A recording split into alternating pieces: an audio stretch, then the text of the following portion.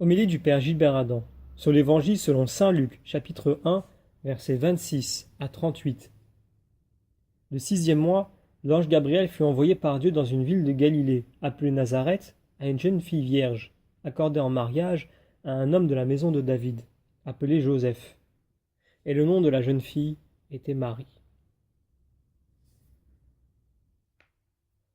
L'œuvre de salut du monde s'est donnée dans un échange entre Dieu, représenté par l'ange Gabriel, et une jeune fille, Marie. Voilà le mystère qui est maintenant révélé. Il était resté dans le silence depuis toujours, mais aujourd'hui il est manifesté. Dieu fait le premier pas. Il a pris l'initiative en envoyant l'ange Gabriel à Marie. C'est lui qui se déplace pour venir demander l'accord de sa créature.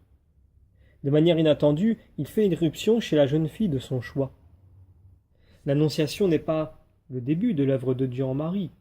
Il l'avait déjà préparée dans sa conception immaculée. Marie est tout entière objet de la miséricorde divine. En comblant de grâce la Vierge Marie, Dieu s'est préparé une demeure digne de lui. Le récit de l'Annonciation nous plonge dans le mystère de Jésus venu dans le monde. Le monde est en attente d'un sauveur. C'est l'attente des peuples qu'aucun homme, par sa seule bonne volonté, ne pouvait devancer. Dans la réponse de Marie est contenu le salut du monde. Ainsi nous prenons la mesure du oui de Marie qui va changer le cours de l'humanité. Nous continuons la lecture de l'Évangile. L'ange lui dit alors: « Sois sans crainte, Marie, car tu as trouvé grâce auprès de Dieu. Voici que tu vas concevoir et enfanter un fils. Tu lui donneras le nom de Jésus. Il sera grand, il sera appelé Fils du Très-Haut. Le Seigneur Dieu lui donnera le trône de David son père. Il régnera pour toujours sur la maison de Jacob, et son règne n'aura pas de fin. »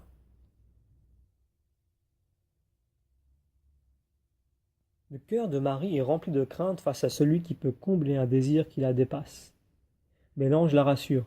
« Sois sans crainte, Marie. » C'est un projet inouï qui résonne aux oreilles toutes étonnées de Marie.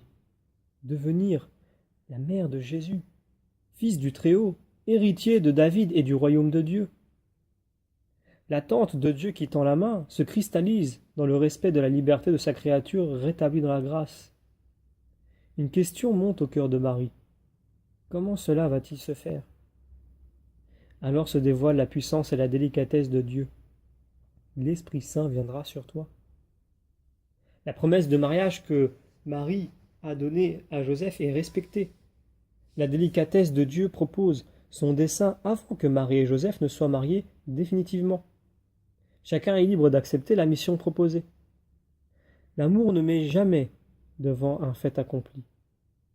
Si Marie et Joseph acceptent, alors Jésus pourra être tenu pendant des années pour le fils de ce couple. Marie et Joseph garderont secrète l'œuvre de Dieu. Marie a offert son consentement qui jaillit du fond de son être et auquel Dieu lui-même était suspendu. Terminons la lecture de l'Évangile.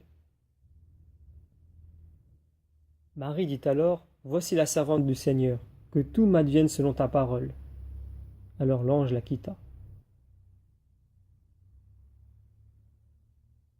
Le salut de l'humanité annoncé par un sauveur est désormais acquis. Désormais, nos oui sont contenus dans le oui de Marie.